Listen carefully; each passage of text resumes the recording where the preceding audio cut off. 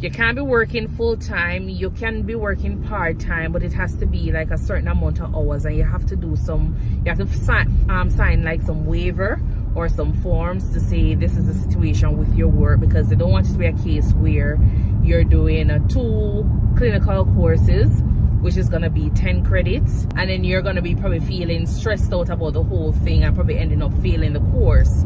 So they want it to be a case where you're doing the bare minimum and still doing your clinicals at the same time, which is understandable, because I tell you, graduate program is very expensive. It is very expensive.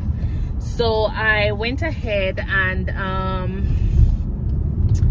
do the didactics. I did the classroom portion of the course, and what I was doing at that time was I was just ensuring that I try to get as much as I possibly can. So I was doing like say 2 courses at the same time, because remember the classroom portion was like say 2 credits each. So I was doing like 2 courses at the same time in an effort to finish, just in case, you know, somebody decide that, oh, I can go ahead and start taking students. But at that time, nobody was still taking students in their practice. So for 1 whole year, I was literally, you know, trying to do my clinicals, not being able to do it. I was able to complete all my didactics for the courses that I have, which is the practicum courses. So I had 4 courses to do, and those were 3 credits each. So I needed a total of almost say 700 hours in order to complete my master's degree. And I was a little bit depressed, frustrated, you know, because I'm like, I'm this far.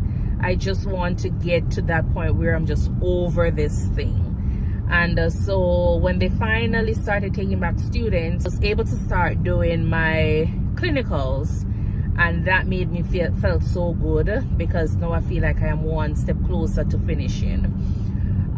Because I never know how long this COVID thing was going to be drawn out for, where providers were not going to be accepting students for rotation unless you're friends of somebody.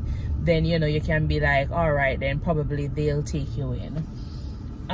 So that was the situation at the time. I was able to go ahead and do that, where I started the clinicals, and during that time everything was just feeling good, because I don't have to be focusing on so much of the classroom aspect of it.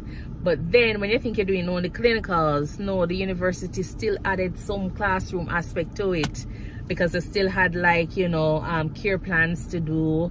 You have some grand rounds to do, so like presentations and all, you still have all of those to do during that time period. And so it wasn't that bad. I was able to finish, and then